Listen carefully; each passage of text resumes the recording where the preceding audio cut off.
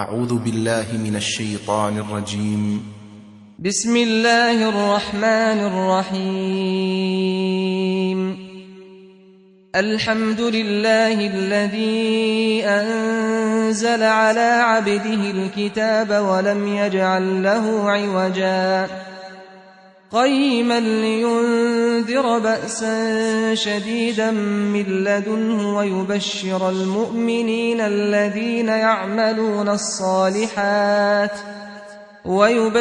المؤمنين الذين يعملون الصالحات أن لهم أجرا حسنا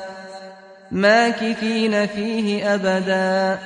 وينذر الذين قالوا اتخذ الله ولدا ما لهم به من علم ولا لآبائهم كبرت كلمة تخرج من أفواههم إن يقولون إلا كذبا فلعلك باخع نفسك على آثارهم إن لم يؤمنوا بهذا الحديث أسفا إنا جعلنا ما على الأرض زينة لها لنبلوهم أيهم أحسن عملا وإنا لجاعلون ما عليها صعيدا جرزا أم حسبت أن أصحاب الكهف والرقيم كانوا من آياتنا عجبا إذ أوى الفتية إلى الكهف فقالوا ربنا آتنا من لدنك رحمة وهيئ لنا من أمرنا رشدا فضربنا على آذانهم في الكهف سنين عددا ثم بعثناهم لنعلم أي الحزبين أحصى لما لبثوا أمدا نحن نقص عليك نبأهم بالحق إنهم فتية آمنوا بربهم وزدناهم هدى وربطنا على قلوبهم إذ قاموا فقالوا ربنا رب السماوات والأرض لن ندعو من دونه إلها لقد قلنا إذا شططا هؤلاء قومنا اتخذوا من دونه آلهة لولا يأتون عليهم بسلطان بين فمن أظلم ممن افترى على الله كذبا وإذ اعتزلتموهم وما يعبدون إلا الله فأووا إلى الكهف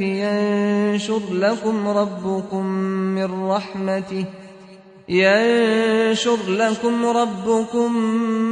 من رحمته ويهيئ لكم من أمركم مرفقا وترى الشمس إذا طلعت تزاور عن كهفهم ذات اليمين وإذا غربت تقرضهم ذات الشمال وهم في فجوة منه ذلك من آيات الله من يهد الله فهو المهتد ومن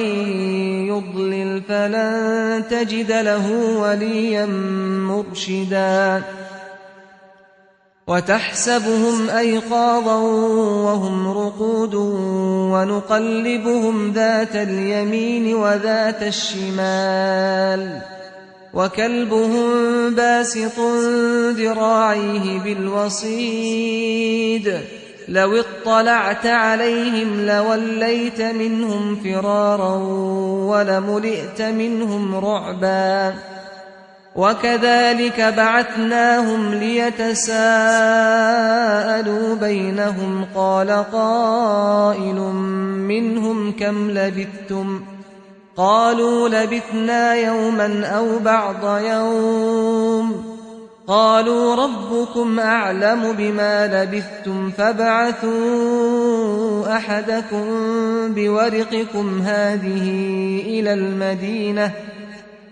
إلى المدينة فلينظر أيها أزكى طعاما فليأتكم برزق منه وليتلطف ولا يشعرن بكم أحدا إنهم إن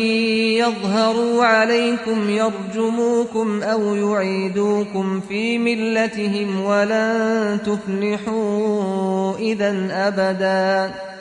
وكذلك أعثرنا عليهم ليعلموا أن وعد الله حق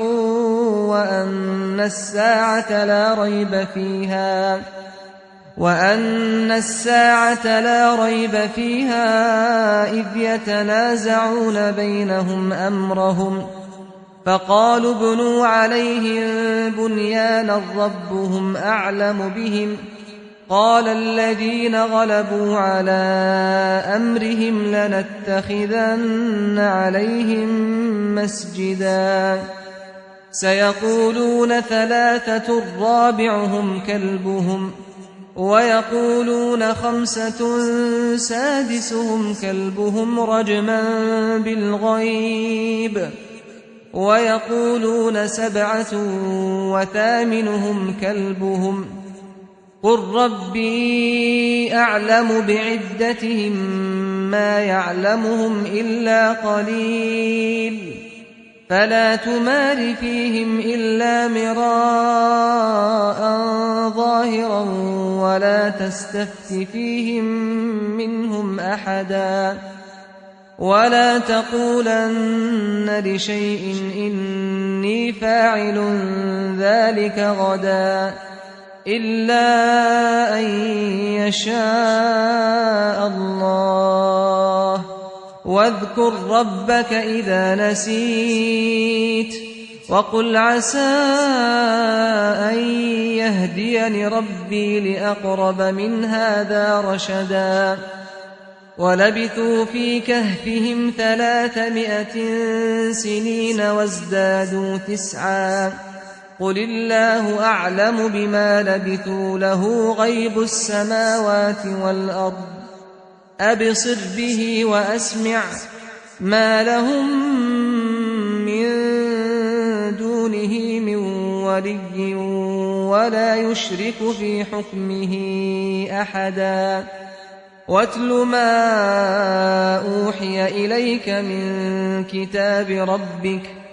لا مبدل لكلماته ولن تجد من دونه ملتحدا واصبر نفسك مع الذين يدعون ربهم بالغداة والعشي يريدون وجهه ولا تعد عيناك عنهم تريد زينة الحياة الدنيا ولا تطع من أغفلنا قلبه عن ذكرنا واتبع هواه وكان أمره فرطا وقل الحق من ربكم فمن شاء فليؤمن ومن شاء فليكفر إنا أعتدنا للظالمين نارا أحاط بهم سرادقها وإن يستغيثوا يغاثوا بماء كالمهل يشوي الوجوه بئس الشراب وساءت مرتفقا إن الذين آمنوا وعملوا الصالحات إنا لا نضيع أجر من أحسن عملا أولئك لهم جنات عدن تجري من تحتهم الأنهار يحلون فيها من أساور من ذهب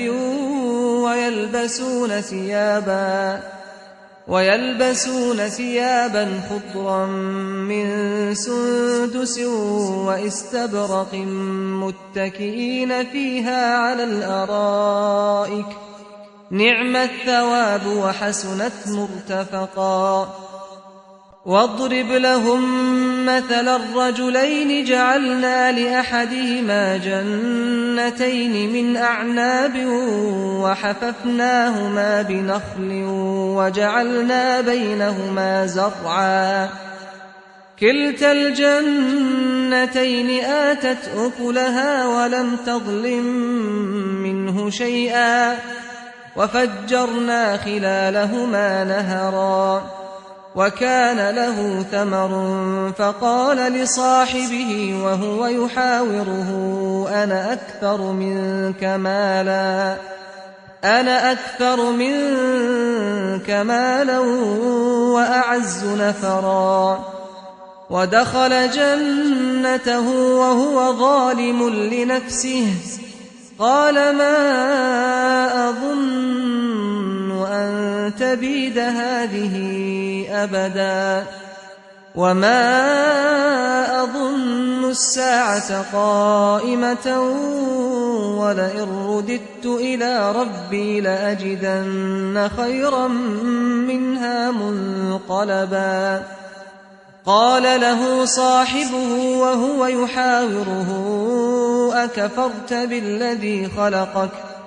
أكفرت بالذي خلقك من تراب ثم من نطفة ثم سواك رجلا لكن هو الله ربي ولا أشرك بربي أحدا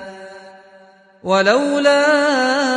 إذ دخلت جنتك قلت ما شاء الله لا قوة إلا بالله إن ترني أنا أقل منك مالا وولدا فعسى ربي أن يؤتيني خيرا من جنتك ويرسل عليها حسبانا من السماء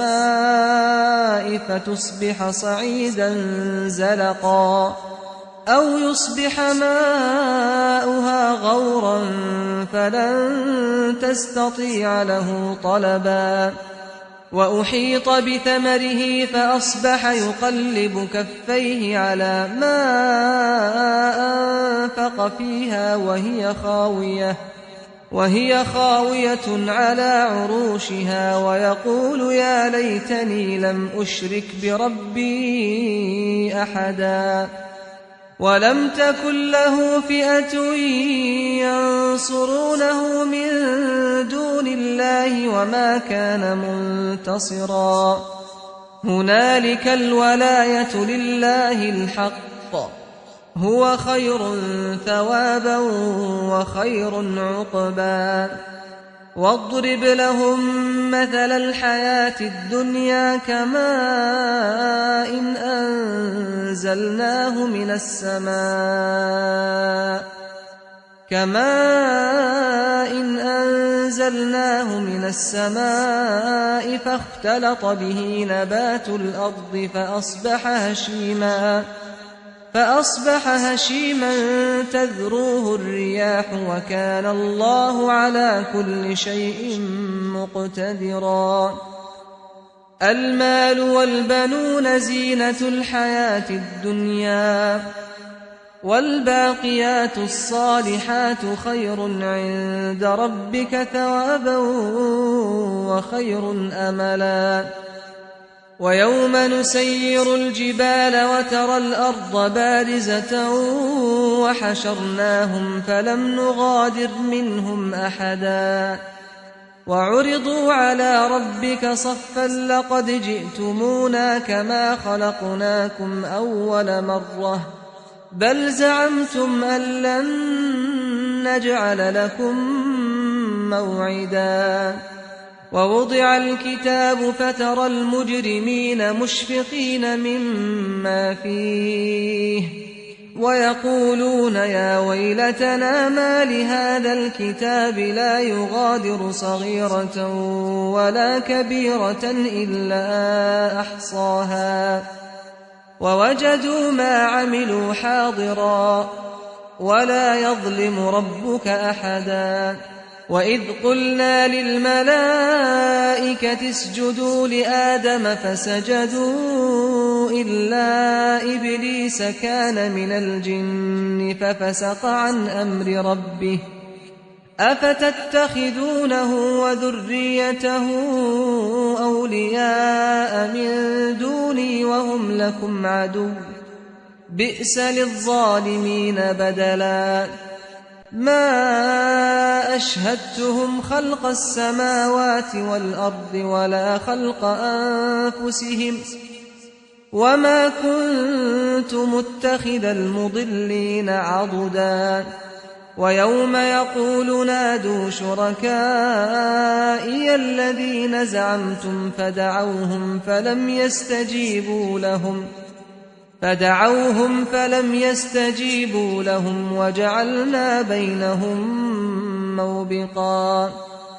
ورأى المجرمون النار فظنوا أنهم مواقعوها ولم يجدوا عنها مصرفا ولقد صرفنا في هذا القرآن للناس من كل مثل وكان الإنسان أكثر شيء جدلا وما منع الناس أن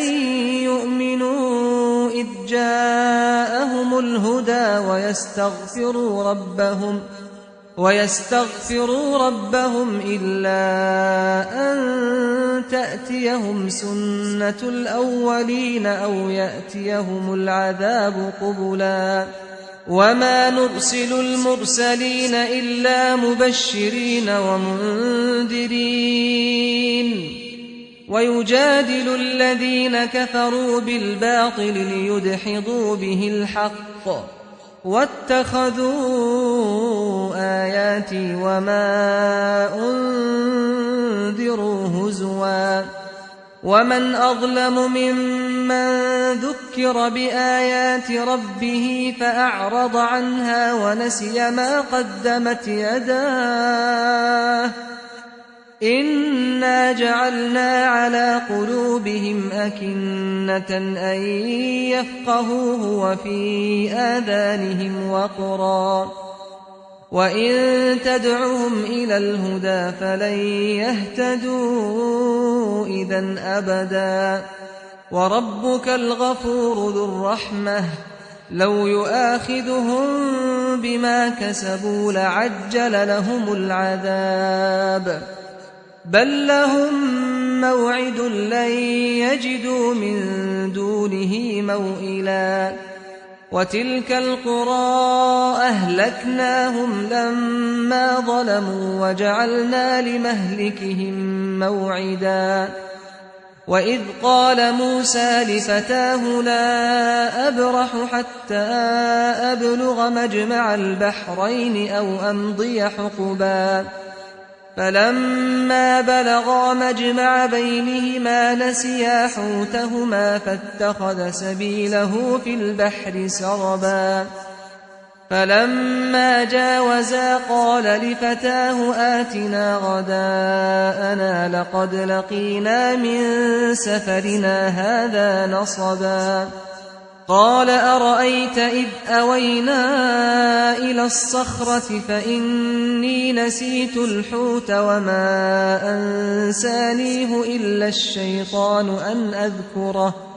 واتخذ سبيله في البحر عجبا قال ذلك ما كنا نبغي فارتدا على آثارهما قصصا فوجدا عبدا من عبادنا آتيناه رحمة من عندنا وعلمناه من لدنا علما قال له موسى هل أتبعك على أن تعلمني مما علمت رشدا قال إنك لن تستطيع معي صبرا وكيف تصبر على ما لم تحط به خبرا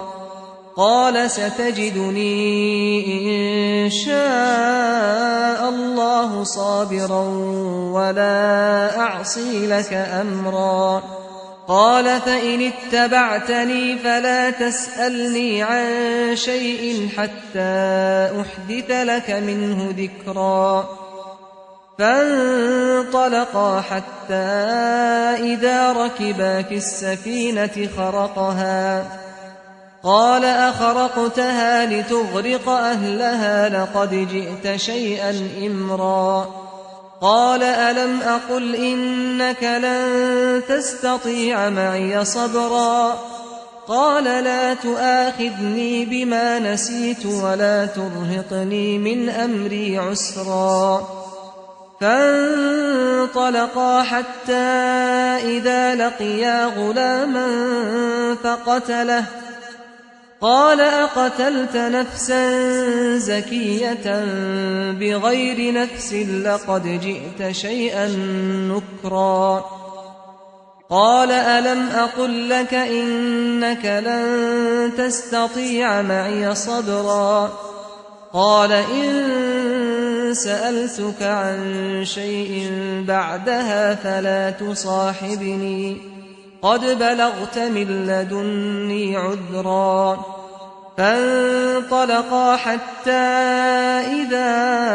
أتيا أهل قرية استطعما أهلها فأبوا أن يضيفوهما فوجدا فيها جدارا يريد أن ينقض فأقامه. قال لو شئت لاتخذت عليه أجرا. قال هذا فراق بيني وبينك سأنبئك بتأويل ما لم تستطع عليه صبرا. أما السفينة فكانت لمساكين يعملون في البحر فأردت أن أعيبها وكان وراءهم ملك يأخذ كل سفينة غصبا. وأما الغلام فكان أبواه مؤمنين فخشينا أن يرهقهما طغيانا وكفرا. فأردنا أن يبدلهما ربهما خيرا منه زكاة وأقرب رحما. وأما الجدار فكان لغلامين يتيمين في المدينة وكان تحته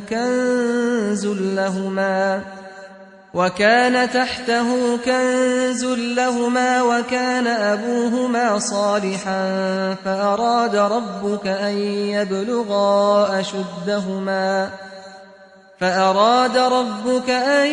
يبلغا أشدهما ويستخرجا كنزهما رحمة من ربك وما فعلته عن أمري ذلك تأويل ما لم تسطع عليه صبرا. ويسألونك عن ذي القرنين قل سأتلو عليكم منه ذكرا. إنا مكنا له في الأرض وآتيناه من كل شيء سببا فأتبع سببا حتى إذا بلغ مغرب الشمس وجدها تغرب في عين حمئة ووجد عندها قوما. قلنا يا ذا القرنين إما أن تعذب وإما أن تتخذ فيهم حسنا. قال أما من ظلم فسوف نعذبه ثم يرد إلى ربه فيعذبه عذابا نكرا. وأما من آمن وعمل صالحا فله جزاء الحسنى وسنقول له من أمرنا يسرا ثم أتبع سببا حتى إذا بلغ مطلع الشمس وجدها تطلع على قوم لم نجعل لهم من دونها سترا كذلك وقد أحطنا بما لديه خبرا ثم أتبع سببا حتى إذا بلغ بين السدين وجد من دونهما قوما لا يكادون يفقهون قولا قالوا يا ذا القرنين إن يأجوج ومأجوج مفسدون في الأرض فهل نجعل لك خرجا على أن تجعل بيننا وبينهم سدا قال ما مكني فيه ربي خير فأعينوني بقوة أجعل بينكم وبينهم ردما آتوني زبر الحديد حتى إذا ساوى بين الصدفين قال انفخوا حتى إذا جعله نارا قال آتوني أفرغ عليه قطرا فما استطاعوا أن يظهروه وما استطاعوا له نقبا قال هذا رحمة من ربي فإذا جاء وعد ربي جعله دكاء وكان وعد ربي حقا وتركنا بعضهم يومئذ يموج في بعض ونفخ في الصور فجمعناهم جمعا وعرضنا جهنم يومئذ للكافرين عرضا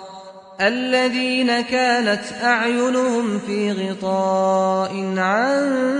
ذكري وكانوا لا يستطيعون سمعا أفحسب الذين كفروا أن يتخذوا عبادي من دوني أولياء إنا أعتدنا جهنم للكافرين نزلا قل هل ننبئكم بالأخسرين أعمالا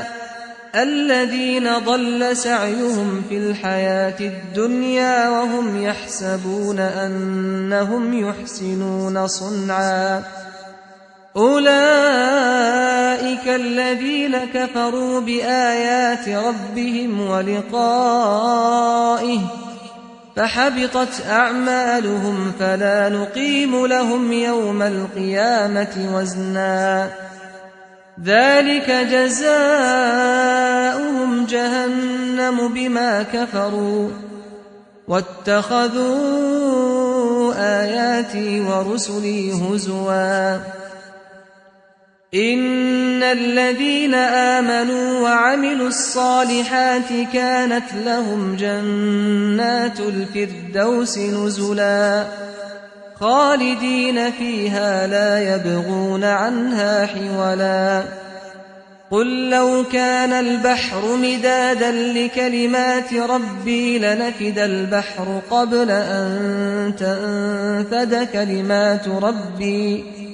ولو جئنا بمثله مددا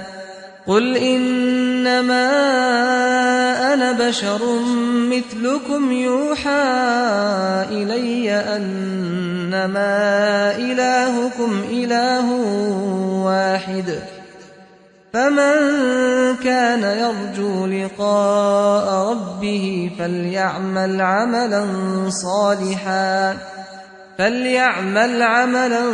صالحا